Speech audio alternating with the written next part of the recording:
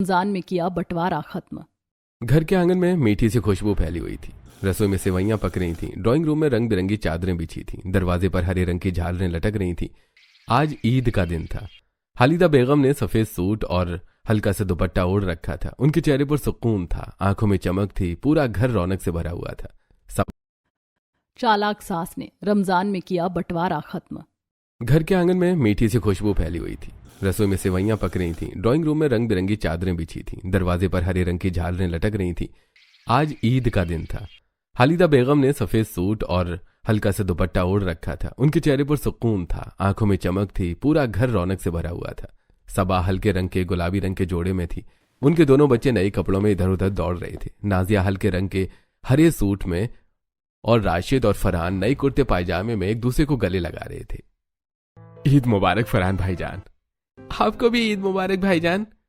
एक तरफ दोनों भाई एक दूसरे को ईद मुबारक कर रहे थे, तो वहीं सबा और नाजिया भी एक दूसरे को गले लगाती हैं। ईद मुबारक नाजिया, अल्लाह तुम्हारी गोद हमेशा खुशियों से भरी रखे।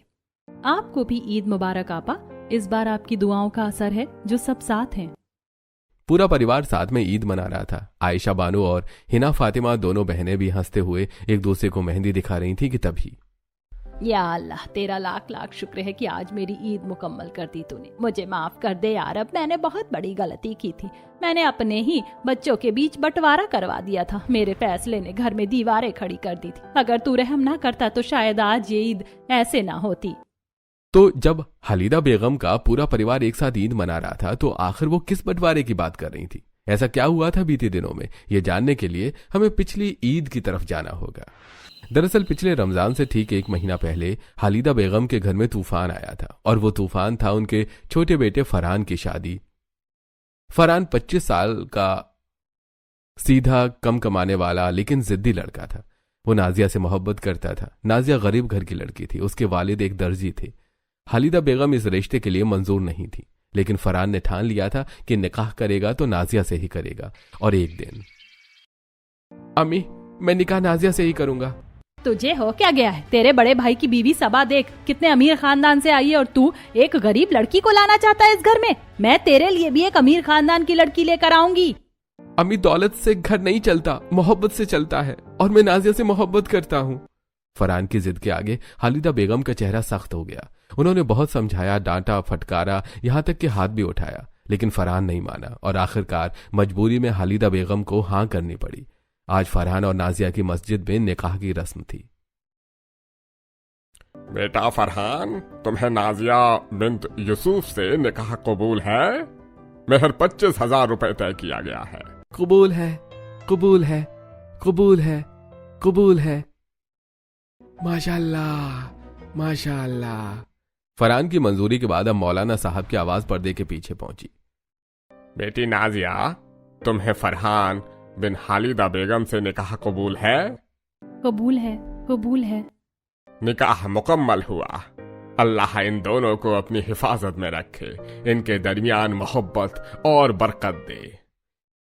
निकाह के बाद सबने दुआ के लिए हाथ उठाए, लेकिन हालिदा बेगम के चेहरे पर खुशी नहीं थी। और शाम को जब नाजिया विदा होकर आई, उसने घर की चौखट को छुआ और अंदर आई। वालेकुम अस्सलाम। ये निकाह मेरी मर्जी के खिलाफ हुआ है, और मेरे घर के लिए मैंने ऐसी फकीर बहू की कभी ख्वाहिश नहीं की थी। तो मेरे बेटे को तो तुम कबूल हो, लेकिन मुझे नहीं। खालिदा बेगम की बातें सुनकर नाजिया की आंखें झुक गईं। तभी आइए नाजिया, अंदर आइए, अब ये आपका भी घर है। दरअसल नाजिया की जिठानी सबा अमीर घर से आई थी, और विदा में दहेज, जेवर, फर्नीचर सब भरपूर लाई थी। इसीलिए वो शुरू से ही हालिदा बेगम की लाडली थी। लेकिन नाजिया सिर्फ 2 जोड़े में विदा हुई थी, इसीलिए उन्हें नाजिया मंजूर नहीं थी। नाजिया के निकाह के 1 महीने बाद ही रमजान आ गया, और रमजान से पहले सबा के मायके से गाड़ी भरकर तोहफे आए। अस्सलाम वालेकुम अम्मी जान, कहाँ है हमारी बहन? उनके लिए ये सूट, मेवे, खजूर, इतर, राशन के डिब्बे और कुछ गहने की पेशकश लाए हैं। सबा के मायके के तोहफे देखकर हालिदा बेगम की आंखें चमक उठी। देखा, अमीर घर की बहू हो तो ऐसी, क्या नजराना भेजा है अपनी बेटी के ससुराल में। बहुत खूब, आओ अरमान, कुछ खा पी कर ही जाना। एक तरफ खालिदा बेगम सबा के मायके वालों की तारीफ कर रही थी, उसी वक्त उन्होंने तिरछी नजर से नाजिया को देखा, क्योंकि नाजिया के मायके से कुछ नहीं आया था। नाजिया के विदाई के बाद हर रोज लगभग यही होता था। नाजिया को ताने सुनकर बुरा लगता था, लेकिन वो कुछ नहीं कह सकती थी। और आज रमजान का तीसरा रोजा था और हालिदा बेगम बाजार से लौटी। ये लो सबा, आयशा और हिना के लिए नए सूट, और मेरी लाडो सबा तुम्हारे लिए भी ये सबसे महंगा सूट। हालिदा बेगम ने रमजान में सबको सूट और तोहफे दिए, लेकिन नाजिया को कुछ नहीं दिया। यह सिलसिला पूरे रमजान के महीने में जारी रहा। सहरी और इफ्तार के समय पर हालिदा बेगम नाजिया को जानबूझकर छोड़ देती, उसे अलग से कुछ नहीं देती। नाजिया चुपचाप अपनी जगह पर बैठकर इंतजार करती रहती। रात के 3:30 बजे रसोई में चूल्हा जलता, पराठे सिकते, अंडे उबलते, फल कटते, खजूर प्लेट में सजते और सभी मिलकर सहरी करते। अम्मी, नाजिया को भी जगा दो, वो भी रोजा रखती है ना। रहने दो उसे, जो मेहनत नहीं करती, घर का काम नहीं संभालती, उसकी भूख भी कम लगती है, सोने दो। खालिदा बेगम का रवैया देखकर सबा का हर रोज दिल दुखता। आंखें नम होती, लेकिन जुबान पर ताला लग जाता था। पूरा परिवार मेज पर गर्मा गर्म पराठे, अंडे, फल, खजूर, चाय के साथ सहरी करते, फिर सब उठकर चले जाते। रसोई साफ हो जाती और जब आखिर में नाजिया आई थी तब। ये लो, तुम जैसी गरीब खानदान वाली लड़की के लिए बचा हुआ काफी है। अपने अब्बू के घर में तो तुम्हें सहरी नसीब भी नहीं होती होगी। जी अम्मी, शुक्रिया। नाजिया अकेली बैठकर ठंडे पराठे खाती, आधा गिलास पानी पीती, 2 खजूर मुंह में डालती।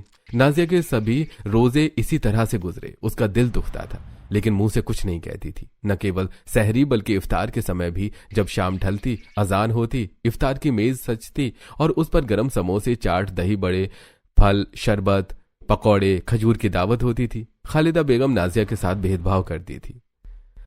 आओ सब, पहले घर वाले खाएंगे, इफ्तार साथ में करेंगे। सब बैठते, खाते, हंसते, बोलते और साथ में इफ्तार करते। मेज खाली होने लगती और फिर नाजिया के लिए बचा कुचा छोड़ दिया जाता था, जिसे देखकर अम्मी ये ठीक नहीं है। नाजिया भी रोजा रखती है, उसे भी पूरा इफ्तार मिलना चाहिए। तुम्हें उसकी बहुत हमदर्दी हो गई है। भूल गई कितने गहने, कितने सामान तुम लाई थी। अमीर बहू अलग होती है, गरीब बहू अलग। मुझे मालूम है मुझे क्या करना है। पिछला रमजान का महीना इसी तरह पूरा हुआ था और जब पिछले साल ईद आई, हालिदा बेगम का घर सजा, नए कपड़े पहने, खुशबू फैली। सभी ने एक दूसरे को ईद मुबारक दी और घर की सबसे बड़ी होने के नाते अली हालिदा बेगम सभी को ईदी दे रही थी। ये लो राशिद बेटा और सबा, तुम्हारे 2-2 हजार रुपए, फरहान 1500, आयशा हिना तुम दोनों को 1000 और फैज शायरा को भी 500। सभी को ईद मुबारक। सभी अपनी ईदी लेकर खुश थे और फिर नाजिया की बारी आई। ये लो 10 रुपए, तुम्हारी औकात यही है, इतने में ही खुश हो जाओ। अपने अब्बू के घर तो तुम्हें ये ईदी भी नहीं मिलती होगी। हालिदा, पूरे कमरे में सन्नाटा छा गया। नाजिया के हाथ कांप रहे थे, आंसू आंखों में आ गए। अम्मी, ईदी रकम से नहीं नियत से होती। अल्लाह सबकी नियत देखता है।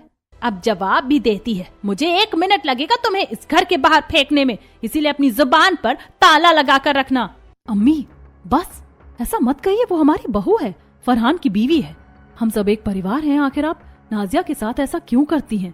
वो गरीब घर से आई है, इसमें उसका क्या दोष? अब तो वो हमारे घर की बहू है, उसे भी परिवार का हिस्सा मानिए ना। तू चुप रहे सबा, इस घर की सबसे बुजुर्ग मैं हूँ, मुझे पता है क्या सही है और क्या गलत।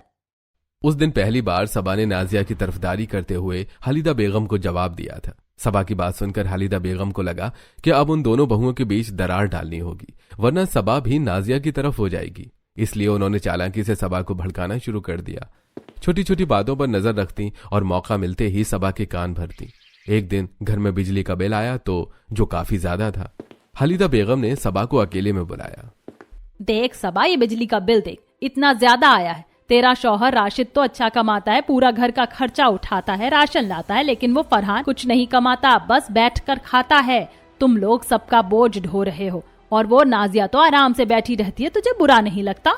अम्मी, राशिद मेहनत करते हैं, लेकिन फरहान भी कोशिश कर रहा है। आपको फिक्र ना करें और धीरे धीरे उसकी हालत भी सुधर जाएगी। तुम समझ नहीं रही हो सबा, ये नाजिया तुम्हारी हमदर्दी के काबिल नहीं है। हालिदा बेगम ने सबा को भड़काने की पूरी कोशिश की, लेकिन सबा उनकी बातों में नहीं आई। लेकिन हालिदा बेगम नहीं मानी। अगले दिन रसोई में सबा काम कर रही थी और नाजिया थकी हुई अपने कमरे में आराम कर रही थी। हालिदा बेगम ने सबा को देखा और फिर भड़काया।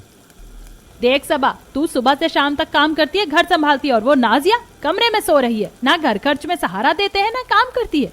तेरा शौहर राशिद तो सबका पेट भरता है, लेकिन वो फरहान कुछ नहीं लाता। तुम लोग क्यों इनका बोझ उठाओ? हाँ अम्मी, कभी कभी लगता है कि हम ही सब कुछ करते हैं, लेकिन फरहान भाईजान भी कोशिश कर रहे हैं। आप चिंता ना करें, धीरे धीरे सब कुछ ठीक हो जाएगा।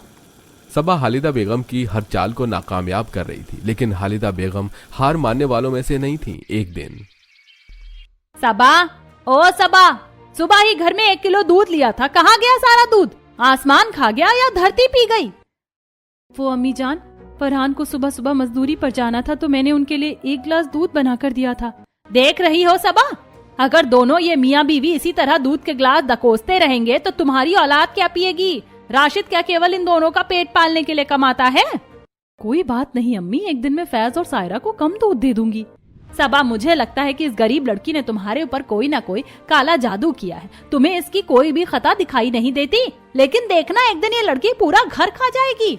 अम्मी जान, बात को यहीं रफा दफा करें, जाने दीजिए। खालिदा बेगम का एक और दाव खाली चला गया था, लेकिन वो हार मानने को तैयार नहीं थी।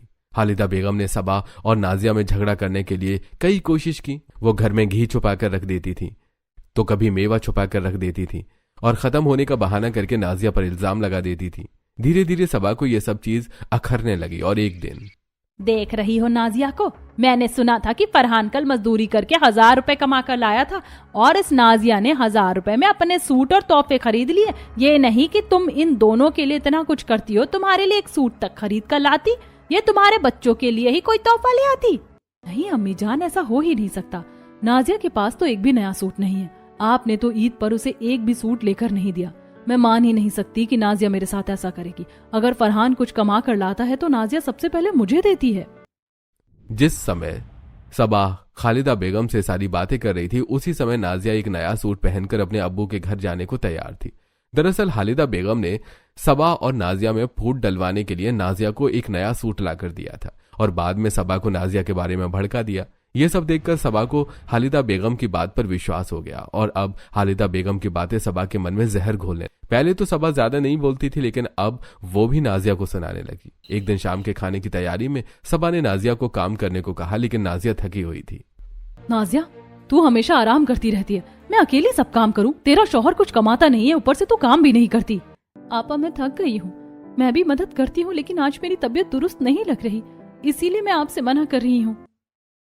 धीरे धीरे किसी तरह सबा और नाजिया में आपस में बहस बढ़ती चली जाती है और अब नाजिया भी जवाब देने लगी। छोटी छोटी बातों पर दोनों में तकरार होने लगी। खालिदा बेगम दूर से देखती और मन ही मन खुश होती। आखिरकार एक दिन भयंकर लड़ाई हो गई। तू और तेरा शौहर बस खाते हो। राशिद सारा राशन लाता है, बिल भरता है, तुम्हारी गरीबी का बोझ मैं क्यों उठाऊं? आपा, ये क्या कह रही हैं आप? मैं भी काम करती हूँ, तुम्हारी अमीरी का घमंड मत दिखाओ, अल्लाह सब देख रहा है। घमंड? हाँ, क्योंकि मैंने दहेज लाया, तोहफे लाए। तू क्या लाई? 2 जोड़े और गरीबी। बाहर निकल जा मेरे घर से। ये घर मेरा भी है, तुम कौन होती हो निकालने वाली? लड़ाई इतनी तेज हो गई कि पूरा घर इकट्ठा हो गया। राशिद और फरहान ने बीच बचाव किया, लेकिन खालिदा बेगम ने मौका देखकर फैसला सुना दिया। उन्होंने घर में बंटवारा करने का ऐलान कर दिया। अगले ही दिन मजदूर बुलवाकर घर के बीच में दीवार बनवा दी। अब घर 2 हिस्सों में बंट गया। एक तरफ राशिद, सबा, उनके बच्चे फैज और शायरा और खालिदा बेगम, और दूसरी तरफ फरहान और नाजिया, उनकी बेटी आयशा और हिना की शादी हो चुकी थी। अब वो अपने मायके आती तो माँ के पास ही आती, लेकिन दोनों हिस्सों में आती जाती रहती थी। घर का माहौल बहुत ही खराब हो गया था, जिसे देखकर, अम्मी ये क्या कर दिया? घर टूट गया और मुझे मालूम है ये सब आप ही का किया हुआ है। ये जरूरी था। अब हर कोई अपने हिस्से में रहेगा, अपना खर्चा खुद उठाएगा, कोई बोझ नहीं बनेगा। नाजिया और सबा दोनों का बंटवारा हो गया था। घर के बीच में एक दीवार खड़ी हो गई थी, लेकिन अभी भी उस दीवार में एक छोटा सा जंगला बना हुआ था, जो शायद इन दोनों परिवारों के वापस मिलने की उम्मीद था। इस खिड़की से ही नाजिया हर रोज सबा के घर में रिश्तेदारों का आना जाना और अलग अलग तरह की दावत और पकवानों को बनता हुआ देखती थी, जिससे उसके अंदर गुस्सा और बढ़ता चला जा रहा था। और फिर बंटवारे के बाद भी लड़ाई जारी रही। एक दिन सबा के हिस्से से कचरा नाजिया के हिस्से में चला गया। अपना कचरा अपने हिस्से में रखो, हमारे घर में मत फेंको। ये तुम्हारा कचरा है, दीवार के पार मत फेंको। ऐसी छोटी मोटी बातों पर रोज झगड़े हुए थे। समय बीता और इस साल रमजान का महीना आने को था। खालिदा बेगम बाजार से रमजान के महीने की खरीदारी करने के लिए गई हुई थी, लेकिन धूप ज्यादा होने की वजह से उन्हें घर के पास आकर चक्कर आ गए और वो अपने घर के बाहर ही बेहोश होकर गिर पड़ी। नाजिया और सबा दोनों अपने अपने दरवाजे की सफाई कर रही थीं। दोनों ने सास को जमीन पर गिरे हुए देखा, लेकिन या अल्लाह मियां, अम्मी जान तो गिर गई, लेकिन ये तो सबा आपा के साथ रहती हैं और उन्हीं के गुण गाती हैं, तो जिम्मेदारी भी उन्हीं की है। सबा आपा ही इन्हें हकीम के पास लेकर जाएंगी और उनका ख्याल रखेंगी। अल्लाह मियाँ, घर का बंटवारा हो गया है तो क्या अम्मी जान तो फरहान और राशिद दोनों की हैं, तो जिम्मेदारी भी दोनों की होनी चाहिए ना। बीमारी में भी काम नहीं आ सकते क्या ये लोग? आज तो अम्मी का ख्याल फरहान और नाजिया को ही रखना होगा। अम्मी होने से क्या हुआ सबा आपा, अम्मी जान तो हमेशा आप ही के गुण गाती हैं, तो आप ही अम्मी जान को ले जाइए, हम क्यों मुसीबत मोल लें? क्यों, केवल अम्मी हमारी ही हैं क्या? अगर अम्मी के घर पर तुम्हारा हक है तो अम्मी की जिम्मेदारियां भी तो होनी चाहिए। आधे हिस्से में तो तुम ही रह रही हो, तो अम्मी का ख्याल भी रखो। हालिदा बेगम की दोनों बहुएं आपस में झगड़ा करने में लग गईं, लेकिन किसी ने भी हालिदा बेगम की तरफ नहीं देखा। आखिरकार हालिदा बेगम के पड़ोसी ही उन्हें उठाकर हकीम के पास लेकर गए और उनका इलाज करवाया। जब हालिदा बेगम को होश आया तो उनके पड़ोसियों ने उन्हें सारी घटना के बारे में बताया। इसके बाद, या अल्लाह, क्या सच में ये बंटवारा कराकर मैंने इतनी बड़ी भूल की है? मैं तो केवल दोनों बहू को अलग करना चाहती थी। मुझे नहीं पता था कि इस बंटवारे के बाद इनके दिलों में इतनी दूरियां बढ़ जाएंगी। कल को अगर मेरा इंतकाल हो गया तो मुझे तो 2 गज जमीन में मुकम्मल नहीं होगी। हालिदा बेगम को अफसोस था, लेकिन उनकी जिद और घमंड उन्हें यह अफसोस जुबान पर लाने नहीं दे रहा था। उनका रवैया वैसा ही सख्त रहा, ताने मारना जारी। वो सोचती अभी भी सब ठीक हो जाएगा, लेकिन अंदर से परेशान रहने लगी। दीवार के दोनों तरफ अब सबा और नाजिया पड़ोसियों की तरह रहती। छोटी छोटी बातों पर झगड़े होने लगे। एक दिन सबा ने जंगले से चिल्लाकर कहा, नाजिया, अपना कपड़े बाहर मत सुखाओ, हमारी तरफ हवा आती है, धूल चली आती है और ये गरीबों वाले कपड़े देखकर हमारे मेहमानों के आगे हमारी बेइज्जती हो जाती है। अच्छा, तो अब घर के बंटवारे के दिए हैं, आसमान धूप और हवा के भी करोगी क्या? ये जो तुम अपना एसी चलाती हो और उसका आउटर हमारी तरफ किया हुआ है, ये गर्म पंखा हमारी तरफ मत घुमाओ, हमारी तरफ गर्म हवा आती है। इसी तरह सबा और नाजिया के बीच रोज ऐसे झगड़े होते रहते थे। पड़ोसियों ने ताना मारते और हालिदा बेगम जंगले से देखती। पहले उन्हें ऐसे झगड़े देखकर मजा आता था, लेकिन अब दिल भारी हो जाता था। दोनों बहुओं और बेटों को देखकर वो परेशान हो उठती और मन में सोचती, या अल्लाह, ये लड़ाई क्यों नहीं रुकती? मैंने बंटवारा करवा कर गलत किया, अब ये दोनों आपस में लड़े नहीं, बस यही चाहती हूँ। रमजान आने में 1 महीना बचा था। दोनों देवरानी जेठानी के बीच ऐसी लड़ाई जारी रही थी। रमजान से पहले आयशा और हिना दोनों नंदे अपने ससुराल से मायके आईं। सबसे पहले वो सबा के हिस्से में गईं। वो वहां पर खूब हंसती बोलती तोहफे लेकर सबको बांट रही थी। नाजिया ने यह सब नजारा जंगले से देखा और चिल्लाकर बोल दिया, देखो, नंदे भी सिर्फ अमीर बहू के हिस्से में जाती हैं। पैसे वाले घर में ही रौनक होती है, हमारे घर में रमजान में बेटियों की रौनक भी नहीं है। हाँ, तो हैसियत होनी चाहिए बेटियों को बुलाने की। जिनके खुद के खाने के लाले पड़े हैं वो बेटियों को क्या खिलाएंगे? दोनों भाभियां फिर लड़ने लगी और आयशा और हिना ने उनकी बातों को सुन लिया। उनका मन दुख गया। वो हालिदा बेगम के पास आई। अम्मी, आपने सिर्फ घर का बंटवारा नहीं किया, भाई बहनों के रिश्तों का भी बंटवारा कर दिया है। नाजिया को इतना दुख दिया है कि वो ऐसी बात कर रही है। ये सही नहीं है अम्मी, इसका सबक आपको मिलेगा। हम अब इस घर में तब तक नहीं आएंगे जब तक आप बंटवारा खत्म नहीं करवाती। हाँ अम्मी, हम जा रहे हैं। अगर आप अपनी बेटियों को चाहती हैं तो बहू और बेटों का बंटवारा खत्म करा दीजिएगा, ताकि ये घर इस ईद गुलजार हो सके। दोनों बेटियां नाराजगी जाहिर करके अपने अपने ससुराल लौट गईं, लेकिन फिर भी हालिदा बेगम ने अपना मुंह नहीं खोला। अब कुछ दिन गुजरे और रमजान नजदीक था। एक सुबह नाजिया अपने दरवाजे के बाहर उल्टियां कर रही थी, क्योंकि उसके पांव भारी थी। वो मां बनने वाली थी। हालिदा बेगम ने यह सब देखा। उनका दिल खुश होना चाहता था, क्योंकि खानदान का वारिस आने वाला है। वो पास गई। सबा, जरा नाजिया को देखो, शायद उसकी हालत दुरुस्त नहीं है। जरा खैर खबर ले लो, कहीं कोई गहरी तकल्लुफ तो नहीं है। हमें कोई जिए या मरे, हमें क्या? और जब आपकी तबीयत दुरुस्त नहीं थी तो क्या वो आई थी आपके पास? आपको क्यों उसका दर्द आ रहा है? फिर आइए, रमजान की तैयारी करते हैं। हालिदा बेगम सबा से ज्यादा कुछ कह भी नहीं सकती थी, क्योंकि खुद उन्होंने ही दोनों के बीच दरार पैदा की थी। और जब हालिदा बेगम ने सबा को उसकी मदद करने को कहा, सबा और गुस्सा हो गई। तब हार कर हालिदा बेगम ने नौकर को कहकर फरहान को बुलवाया। मसूद, जा और फरहान भाईजान को कारखाने से बुला कर ला, कहे अम्मी ने बुलवाया है। जी अम्मी जान। मसूद भागा भागा कारखाने पर गया और फरहान को बुलाकर लाया। फरहान के आने के बाद, फरहान, अपनी बीवी को हकीम के पास ले जा, इलाज करवा। शायद इसके पैर भारी हैं, तो बाप बनने वाला है। अम्मी के कहने पर फरहान नाजिया को सहारा देकर ले गया। हालिदा बेगम अकेले खड़ी रह गई। खुशी की जगह दुख छा गया और अब वो खुद पर अफसोस जता रही थी। या अल्लाह, मैंने बस बंटवारा चाहा, ना कि इतनी दूरियां। मेरे बच्चों के दिल में इतनी दूरियां आ गई हैं और ये मैं अपनी एक भी बेटे बेटी और बहू को खुश नहीं कर पाई। सबा भी नाराज हो गई, अब मैं क्या करूं? फरहान नाजिया को हकीम को दिखा लाया। उसे तीसरा महीना चल रहा था। रमजान आया और गुजरता गया। हालिदा बेगम रोज परेशान रहती। दोनों तरफ अलग अलग इफ्तार होता, अलग तरावीह होती, जिसे देखकर रोज हालिदा बेगम का दिल टूटता रहा। पहले रोजे पर रात के 3:30 बजे सबा के हिस्से की रसोई में रौनक थी। घी की खुशबू, मसालों की महक, बर्तनों की छनक, सब मिलकर बरकत का एहसास दे रहे थे। सबा की रसोई में कीमा पराठे तवे पर सिक रहे थे। दही बड़े पर भुना जीरा डाला जा चुका था। फ्रूट चाट में सेब, केला, अनार चमक रहे थे। रूह अफ़ज़ा का जग भरकर रखा था। खजूर प्लेट में करीने से सजे थे। सबा, जरा बैठ भी जाओ। रोजे से पहले खुद को थका लोगे तो दिन कैसे गुजरेगा? पहला रोजा है, घर में रौनक होनी चाहिए। अल्लाह बरकत देगा। दीवार के इस पार दावत सजी थी, जबकि दीवार के उस पार नाजिया के हिस्से की रसोई छोटी और सादी थी। गैस पर एक ही बर्तन चढ़ा था, जिसमें दाल, चावल और सादी खिचड़ी, जिसमें न घी, न मेवा, न फल, सिर्फ नमक और सब्र से पकी पहली सहरी। नाजिया, कुछ और बना लेती, पहला रोजा है। रोजा नियत से होता है, पकवानों से नहीं। अल्लाह सब देखता है। नाजिया और फरहान खिचड़ी खा रहे थे। तभी दीवार के उस पार से कीमे की खुशबू आई। फरहान की नजरें झुक गईं। क्या मैं अम्मी से थोड़े पैसे मांग लूं? नहीं, जब बंटवारा हुआ था तब इरादा भी अलग हुआ था। अब अपने हिस्से का रोजा खुद रखेंगे। नाजिया के मना करने पर भी फरहान मां के दरवाजे तक गया। हालिदा बेगम सफेद दुपट्टा ओढ़े, तस्बीह हाथ में, मगर चेहरा सख्त लिए बैठी थी और दुआ पढ़ रही थी। अम्मी, थोड़ा उधार दे दीजिए, सहरी इफ्तार का इंतजाम हो जाएगा। नाजिया के पैर भी भारी हैं। जब दीवार खड़ी हुई थी तब सोचना चाहिए था। अब अपने हिस्से का रोजा अपने हिसाब से रखो। अम्मी, हम अलग हुए थे, बेगाने नहीं, जरा तो सोचो। मैंने जो किया सोच समझ कर किया। जाओ यहाँ से। अपनी अम्मी का फरमान सुनकर फरहान चुपचाप लौट आया। अगले दिन फिर से सहरी के समय एक तरफ सजी मेज थी, जिस पर कीमा, पराठा, कटलेट, दूध, खजूर, जूस सब रखा था।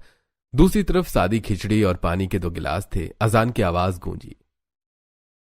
या अल्लाह, हमारे रोजे कबूल फरमा। या रब, हमारे हिस्से में सब्र लिख दे। दोनों घरों में रोजा रखा गया, मगर हालात का फर्क साफ था। शाम ढली, सबा के घर में फिर से रौनक थी। पुलाव दम पर, समोसे तले जा रहे थे, चाट सजी, जूस ठंडा किया गया। नाजिया के घर में वही खिचड़ी गर्म हुई। 2 खजूर और 1 कटोरी नमक रखा गया। खिड़की से ये सब हालिदा बेगम ने अपनी आंखों से देखा। और उस दिन हालिदा बेगम मस्जिद गईं। मौलाना अब्दुल करीम साहब के सामने बैठी और रोते हुए सारी कहानी सुना दी। मौलाना साहब, मेरे बच्चों के दिलों में फर्क आ गया है। मुझे समझ नहीं आ रहा, मैं ये दूरी मिटाना चाहती हूँ। हालिदा बेगम, एक काम करो, रहमत का महीना है, 10 रोजे बचे हैं। बाकी के 10 रोजे अपने बच्चों को कहो कि आपस में साथ रोजा रखें, इफ्तार साथ करें, तरावी साथ पढ़ें, सब बराबर बैठे। अल्लाह रिश्ते जोड़ता है, अगर तू चाहेगी तो घर फिर से एक हो जाएगा।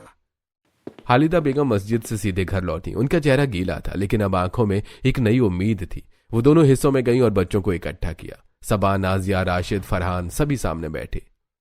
मौलाना साहब का हुक्म है कि रमजान के बाकी के 10 रोजे, आखिरी अशरा हम सब साथ में रखेंगे। सहरी एक साथ करेंगे, इफ्तार एक साथ खोलेंगे, तरावी एक साथ पढ़ेंगे। अम्मी की बात सुनकर सबा और नाजिया ने एक दूसरे की तरफ देखा। दोनों के मन में अभी भी थोड़ी कसक बाकी थी। ठीक है अम्मी, अगर मौलाना साहब ने कहा है तो हम मानते हैं, लेकिन सहरी और इफ्तारी का सामान हम अपने अपने घर से ही लाएंगे। जो बनाया है वही साथ में रखेंगे, बस साथ बैठकर खाएंगे। जी, वही ठीक रहेगा। अगले दिन नाजिया ने अपने हिस्से में सादी खिचड़ी, दही और चावल बनाया और रोजा खोला। दूसरा रोजा फिर वैसा ही हुआ। नाजिया ने रोटी सब्जी लाई, सबा ने पकवान बनाई, सबने मिलकर खाया। तीसरे रोजे पर नाजिया ने मीठे चावल जरद बनाकर लाई। जैसी वो प्लेट रखने लगी, उसे चक्कर आ गया, हाथ कांप गया और प्लेट जमीन पर गिर गई। जरद चारों तरफ बिखर गया। या अल्लाह! अरे नाजिया, चिंता मत करो, गिर गया तो क्या हुआ। मैंने आज खूब इफ्तारी बनाई है, फल, पकौड़े, समोसे, खीर, इतना है कि सब खा लेंगे। तुम आज मेरे बनाए से ही कर लो। उस रोज पहली बार दोनों बहुएं सच में साथ बैठी। सबा ने नाजिया के लिए खास प्लेट लगाई। इफ्तार साथ हुआ। अजान के बाद दोनों ने एक दूसरे को पानी पिलाया। 5वें रोजे पर सबा रसोई में पकौड़े तल रही थी। अचानक उसे चक्कर आया, हाथ से चिमटा छूट गया, वो जमीन पर गिर पड़ी। गरम तेल छलका, हाथ और बाजू पर छोटे छोटे छाले पड़ गए। वो दर्द से करा रही थी। तभी नाजिया ने उसकी आवाज सुनी और भाग कर आई। सबा को उठाया, उसे सहारा देकर कमरे में ले गई। जले हुए हिस्से पर ठंडा पानी डाला, एलोवेरा जेल लगाया, पट्टी बांधी, फरहान को बुलाने की बजाय खुद ही बैठ गई। प्रेग्नेंट होने के बावजूद वो नहीं हटी और जब सबा को होश आया उसने देखा नाजिया उसके पास बैठी है, पानी पिला रही है, पसीना पोंछ रही है। नाजिया, तुम मेरे लिए इतना कर रही हो। मैंने तुम्हें कितना ताना मारा, मुझे माफ कर दो बेटी। मैंने घमंड किया, लेकिन आज तुम प्रेग्नेंट होकर भी मेरी खिदमत कर रही हो। अल्लाह मुझे माफ करे और तुम भी माफ कर दो। आपा, मैं भी माफी मांगती हूँ, मैंने भी बहुत जलन की। आपकी तरफ देखकर जलती थी कि अम्मी आपको ज्यादा चाहती हैं। दोनों बहुएं रोते रोते गले लग गई। सालों की कड़वाहट पिघल गई, गिले शिकवे दूर हो गए। दोनों ने एक दूसरे से वादा किया कि यह सब देखकर हालिदा बेगम बहुओं के पास आई, आंसू बहते हुए घुटनों पर बैठ गई। मेरी बहुओं, मैं सबसे बड़ी गुनाहगार हूँ। मैंने भेदभाव किया, सबा को लाड दिया, नाजिया को ताने दिए, दीवार खड़ी करवाई। अल्लाह मुझे माफ करे और तुम दोनों मुझे माफ कर दो। मैंने घर बांट दिया, लेकिन अब खुद दीवार तोड़ूंगी। हालिदा बेगम ने राशिद और फरहान को बुलाया। दोनों बेटों ने हथौड़ा लिया। तीनों मिलकर बीच की दीवार पर वार किए। ईंट गिरी, धूल उड़ी। कुछ ही मिनटों में दीवार ढह गई। घर फिर से एक हो गया और जब आयशा और हिना को यह खबर मिली, दोनों बहनों ने तुरंत सामान समेटा और घर लौट आई। आज ईद का चांद और तेजी से चमक रहा था। या अल्लाह, तेरा लाख लाख शुक्र है कि आज मेरी ईद मुकम्मल कर दी तूने। मुझे माफ कर दे यार, अब मैंने बहुत बड़ी गलती की थी। मैंने अपने ही बच्चों के बीच बंटवारा करवा दिया था। मेरे फैसले ने घर में दीवारें खड़ी कर दी थी। अगर तू रहम ना करता तो शायद आज ये ईद ऐसे ना होती।